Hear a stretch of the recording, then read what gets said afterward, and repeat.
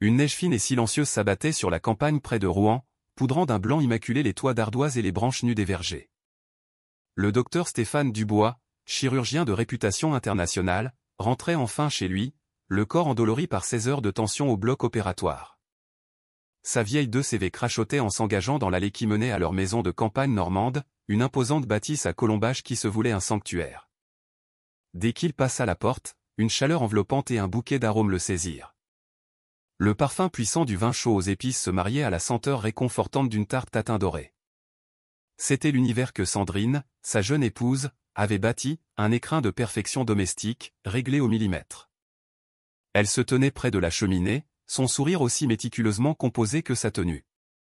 Et dans l'ombre d'un recoin du grand salon, presque invisible, une petite forme aux épaules frêles était assise, Manon, sa fille.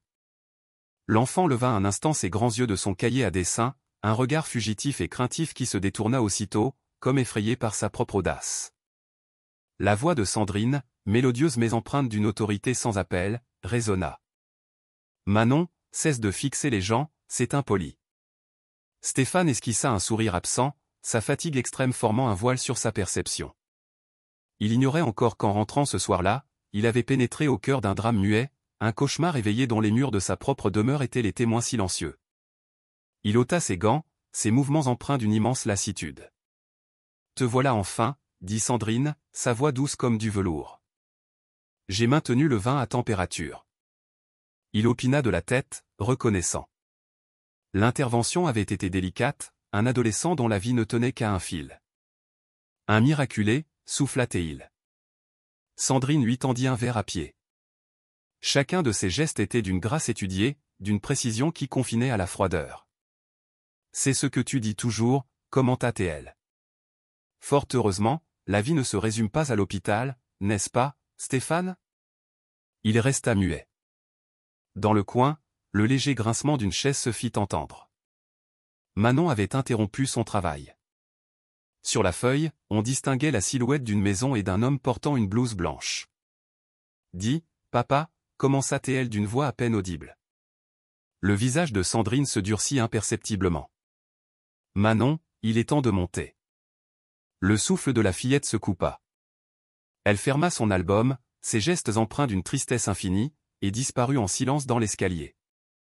Stéphane fronça les sourcils, mais avant qu'il ait pu formuler une objection, la main de Sandrine se posa sur son avant-bras.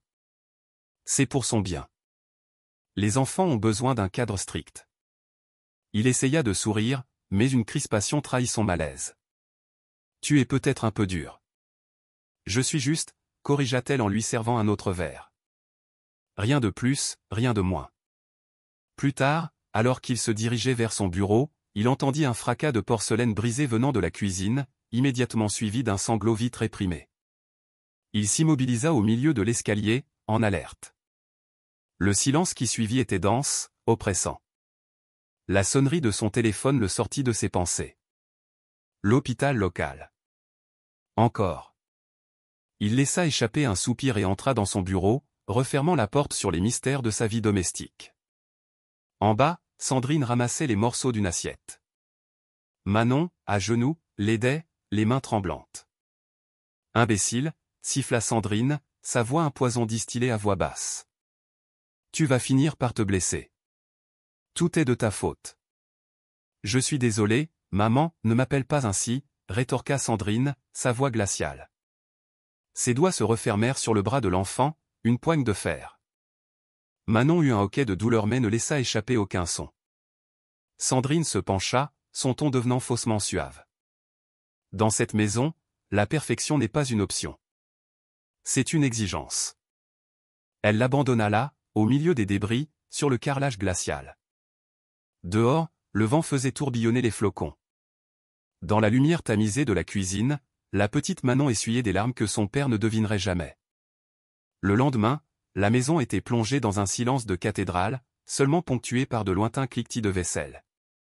Sandrine, déjà vêtue d'un peignoir de soie, arborait une coiffure impeccable. Sur la table de l'office, une liste de tâches avait été rédigée d'une écriture nette et précise. Manon se tenait devant, les bras ballants. Un courant d'air froid s'infiltrait par une fenêtre mal fermée. « Commence » dit Sandrine d'un ton monocorde. Et essore correctement cette serpillière. Je hais les traces. Oui, chuchota Manon. Pardon? Articule. Oui, Sandrine. L'enfant plongea ses mains dans le seau. L'eau était glacée, au point de lui ôter toute sensibilité. Elle s'appliquait à frotter le parquet, mais dans sa hâte, elle trébucha. Le seau se renversa, libérant une vague d'eau sur le sol. Sandrine apparut sur le seuil. Incompétente. Je vais nettoyer, tout de suite, mais Sandrine lui arracha la serpillière des mains avec violence. Tu ne sais même pas faire ça. Sa voix restait calme, mais elle était lourde de mépris. Elle assena un coup sec sur les mains de Manon avec le linge détrempé. L'impact, froid et humide, fit reculer l'enfant. Une zébrure écarlate marqua sa peau. Retiens la leçon, murmura Sandrine, ses yeux vides de toute émotion. La douleur grave les souvenirs dans la chair. Elle tourna les talons. Dans l'après-midi, Stéphane fit un aller-retour pour récupérer un dossier médical. Il entendit une activité discrète dans le salon. Manon était en train de laver un grand vase. En levant les bras, sa manche glissa, découvrant une large échymose bleuâtre qui marbrait son avant-bras. « Manon, qu'est-ce que c'est que cette marque ?» demanda-t-il, l'inquiétude d'un médecin perçant sous la fatigue du père. La fillette eut une grimace de douleur et rabaissa sa manche. « Rien, je suis tombée. »« Où est Sandrine ?» Manon jeta un regard paniqué vers la porte, juste au moment où son épouse entrait, le sourire parfait aux lèvres. « Stéphane, quelle bonne surprise !» Elle vit la direction de son regard. « Oh, ça ! Elle est si maladroite. Elle a encore cassé quelque chose hier. »« Tu t'inquiètes pour un rien, mon chéri ?» l'interrompit-elle avec une douceur calculée. « Les enfants, ça tombe, ça se cogne. C'est la vie. » Il ouvrit la bouche pour protester, mais son téléphone se mit à vibrer. Une urgence au bloc. Il faut que j'y retourne.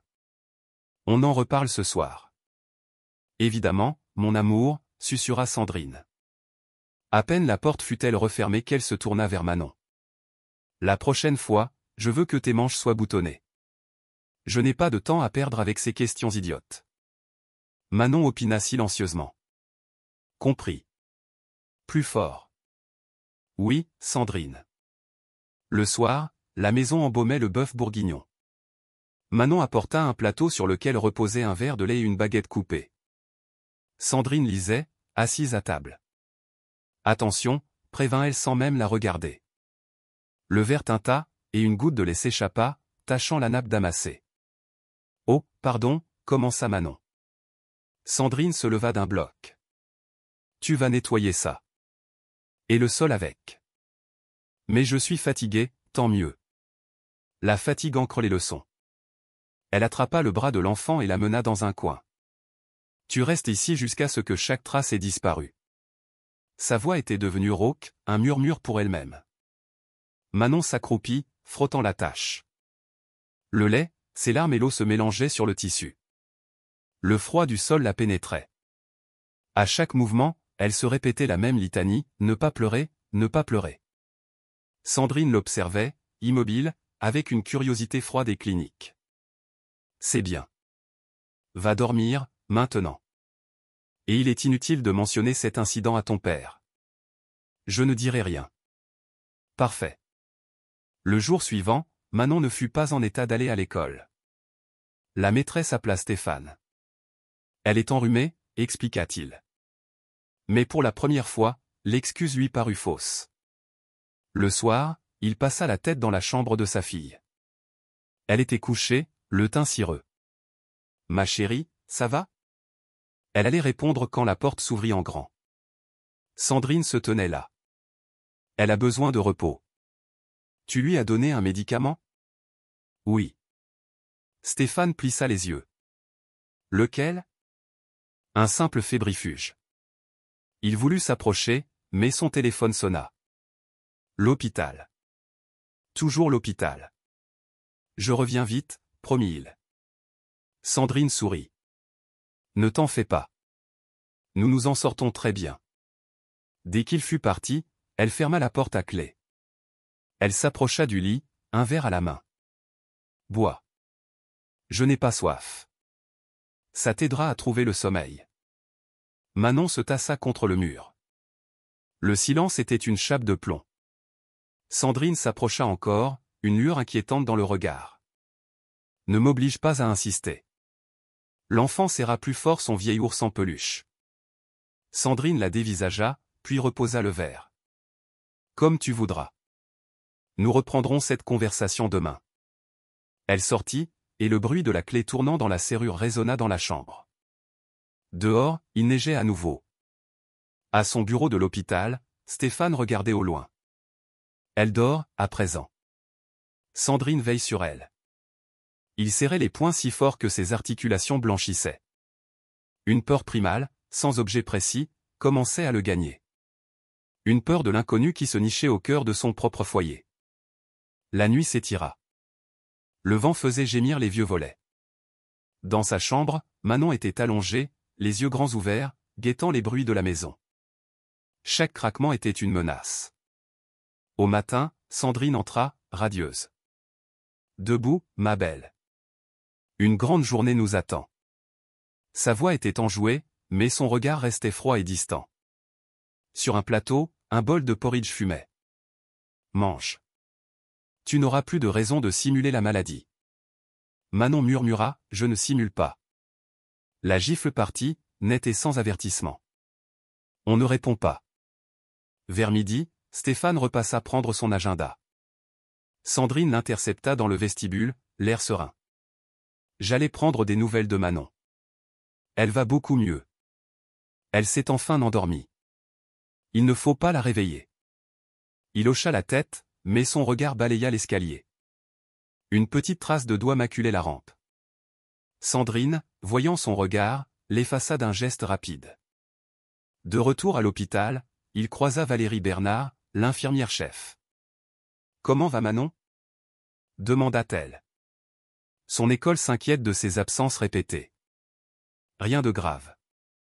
Sandrine prend bien soin d'elle. Valérie le fixa un instant.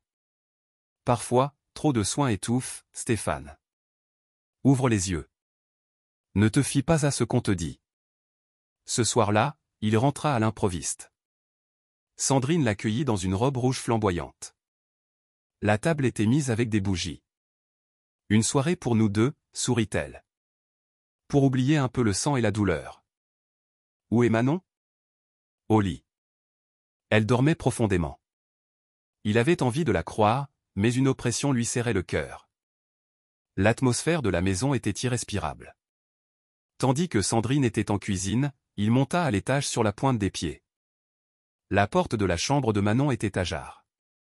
Une faible lueur filtrait de l'intérieur, accompagnée d'une odeur d'herbe médicinale. Manon était assise par terre, dessinant. Elle tressaillit en le voyant.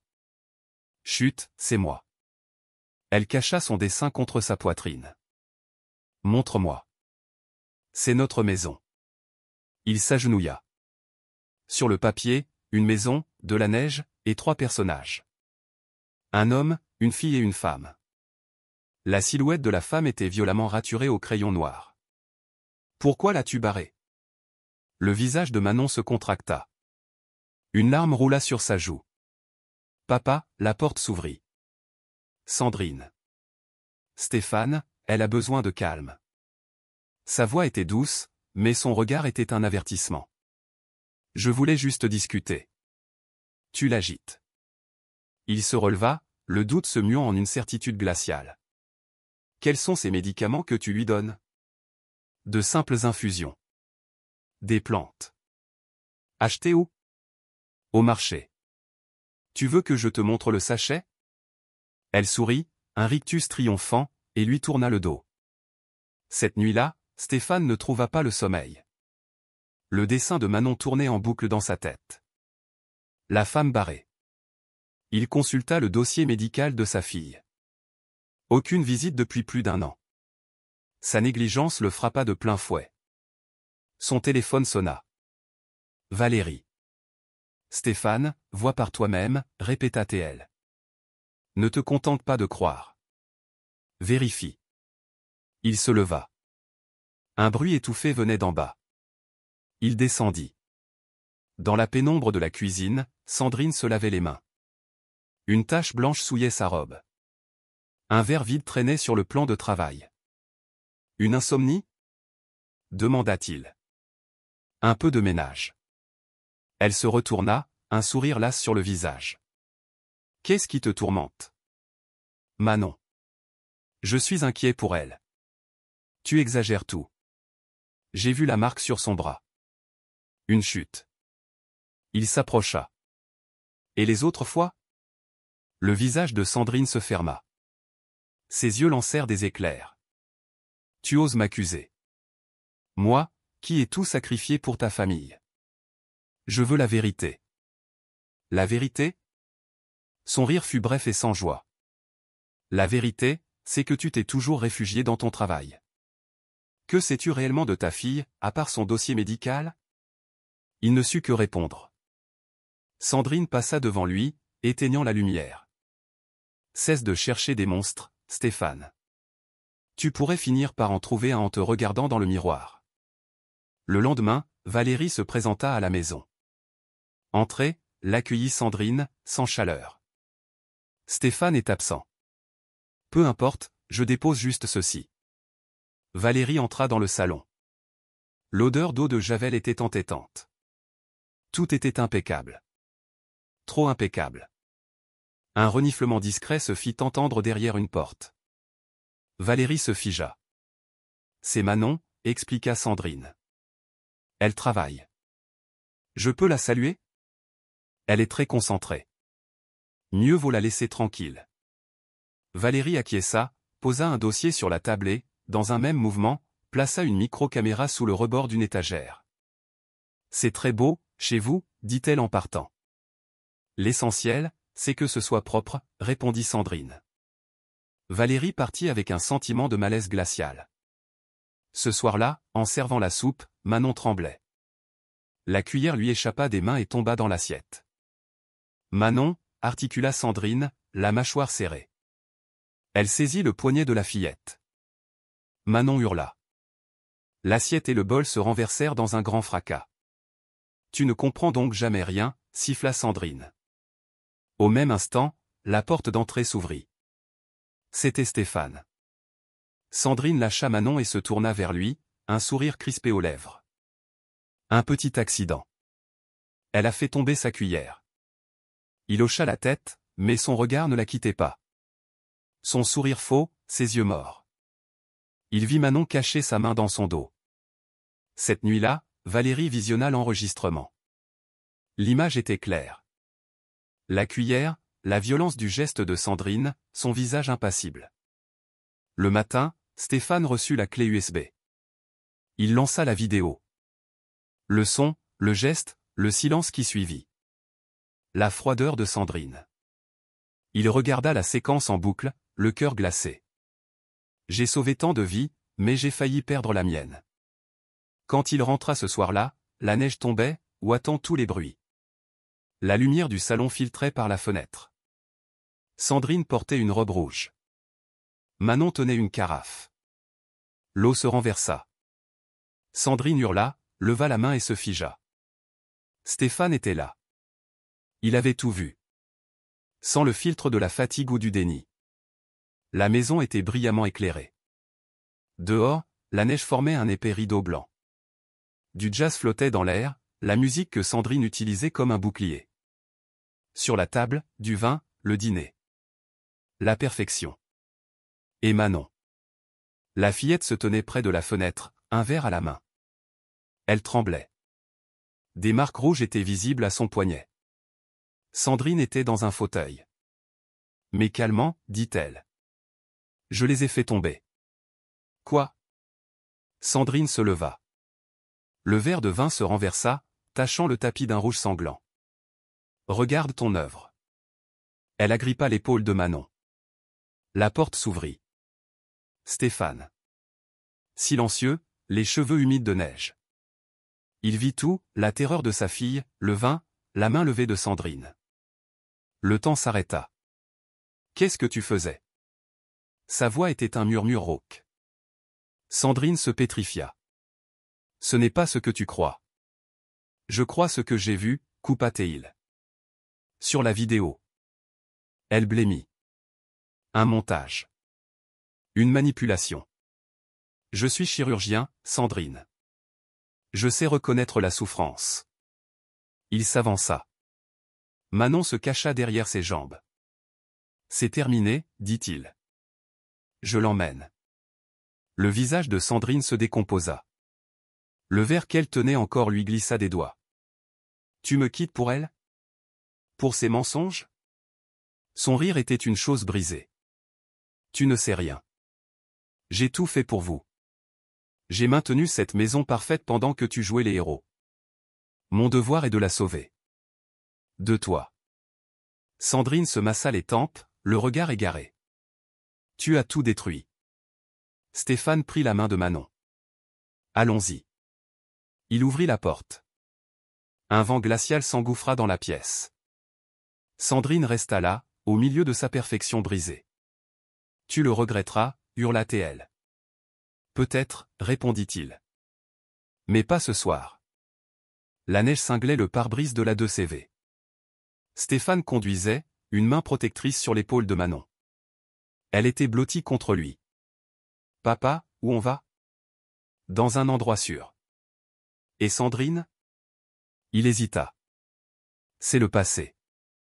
Ils arrivèrent dans un petit appartement à Honfleur, face au port. L'endroit était simple, mais chaleureux. Stéphane prépara du thé. Qu'est-ce que tu veux manger demain matin? Elle haussa les épaules. Je ne sais pas. C'était toujours Sandrine qui décidait. Il lui sourit. Alors, à partir de maintenant, ce sera toi. Cette nuit-là, il veilla sur son sommeil. Pour la première fois depuis une éternité, il n'y avait plus de peur dans l'air. Le lendemain, la presse locale s'empara de l'affaire. La femme d'un célèbre chirurgien soupçonné de violence. Une photo de Sandrine, parfaite et souriante. Enquête en cours. Stéphane coupa la radio. Le téléphone n'arrêtait pas de sonner. Il ne décrocha pas. Quelques jours après, il fut entendu par la police. Sandrine niait tout en bloc. Mais la vidéo était irréfutable. Son regard, dénué de toute humanité, était sa condamnation. En sortant, le soleil sur la neige l'éblouit. Il respira à plein poumon. 2 semaines passèrent. Il avait pris un congé. Sa vie se résumait à des choses simples, cuisiner, se promener sur la plage, écouter Manon. Elle recommençait à dessiner. Un jour, elle lui montra un dessin. Une petite maison, 2 personnages. Pas de rature. Que de la lumière. Parfois, il pensait à Sandrine. Un mélange de pitié et de néant. Le printemps arriva. La glace fondit. Il se promenait sur le quai. Une voisine lui lança, ses yeux brillent, maintenant. Il sourit. C'est parce qu'elle revit. Pendant ce temps, la maison de campagne était à l'abandon. Sandrine errait dans les pièces silencieuses, volets clos. La presse annonçait un report du procès. Elle regardait de vieilles photos. Je voulais juste que ce soit beau, répétait-elle au vide. Un soir, de retour du parc, Manon s'installa pour peindre. Papa, j'ai un titre pour mon nouveau tableau. Lequel? La lumière intérieure. Il sourit. Peins-la. On l'encadrera. Le soleil couchant dorait la pièce. Elle se mit au travail. Tard le soir, on sonna. C'était Valérie. Je venais aux nouvelles. Entre. Elle balaya la pièce du regard. C'est calme, ici. Enfin. Et Manon va mieux chaque jour. Valérie posa une enveloppe sur la table. Pour toi. Le rapport des services sociaux. Garde exclusive. L'enfant était hors de danger. Stéphane sentit un poids immense le quitter. Merci. Remercie-toi. D'avoir enfin vu. En partant, elle ajouta, la plus belle des opérations, c'est parfois celle qu'on fait sur sa propre vie. Il s'assit près de Manon. Son dessin était presque fini. Une maison baignée de lumière. Il traça un rayon du doigt. Ne la laisse plus jamais s'éteindre. 3 mois plus tard, l'appartement d'Honfleur était leur refuge. Pas de luxe, juste de la vie. Des plantes, des dessins au mur, l'odeur du café le matin. Stéphane se levait tôt, regardant la ville s'éveiller. Manon dormait paisiblement. C'était le son de la paix. Parfois, aux informations, on parlait de Sandrine. L'affaire avait été classée pour un vice de forme. Stéphane changeait de chaîne. Un matin, Manon lui montra un nouveau dessin. Leur appartement. Et dehors, sous la pluie, une silhouette solitaire. C'est qui, dehors? Quelqu'un qui a perdu son chemin, dit-il doucement. Manon ajouta un trait de crayon jaune. Un rayon de lumière de leur fenêtre vers la silhouette. Comme ça, elle n'aura pas froid. Le soir, sur la jetée, face au coucher du soleil, Manon lui dit, « Papa, je n'ai plus peur. » De quoi? Du noir. Parce que la lumière, elle est en moi. Il la serra contre lui, les larmes aux yeux. Alors tout ça n'aura pas été pour rien. Le printemps était là. Stéphane avait repris le travail. Sur le mur de son bureau, un dessin d'enfant. Pour papa, pour ne pas oublier la lumière. À ses patients, il disait, le meilleur remède, c'est l'écoute. Le même soir, dans un appartement anonyme, Sandrine regardait de vieilles photos. Son visage dans le reflet de la vitre était celui d'une étrangère. Elle prit une photo de Stéphane et Manon, heureux. Elle la posa sur le rebord de la fenêtre. Au moins, quelque part, pour quelqu'un, la lumière existe, murmura-t-elle. Dehors, il pleuvait. Tard dans la nuit, Stéphane contemplait la chambre endormie. Le dessin était sur la table. La silhouette sous la pluie, touchée par un rayon de lumière. Peut-être cherchait-elle le pardon. Pour la première fois, il ne sentait plus de colère, juste une grande paix. Il alluma une petite lampe. La lumière chaude éclaira les crayons, les dessins. Merci pour la lumière, Manon, chuchota Théil. Et pour lui-même, il ajouta, et je te pardonne. Dehors, la ville dormait, mais ses lumières veillaient. Dans cette clarté, un père et sa fille n'avaient plus peur de l'obscurité, car ils savaient que même après le plus long des hivers, la lumière finit toujours par percer.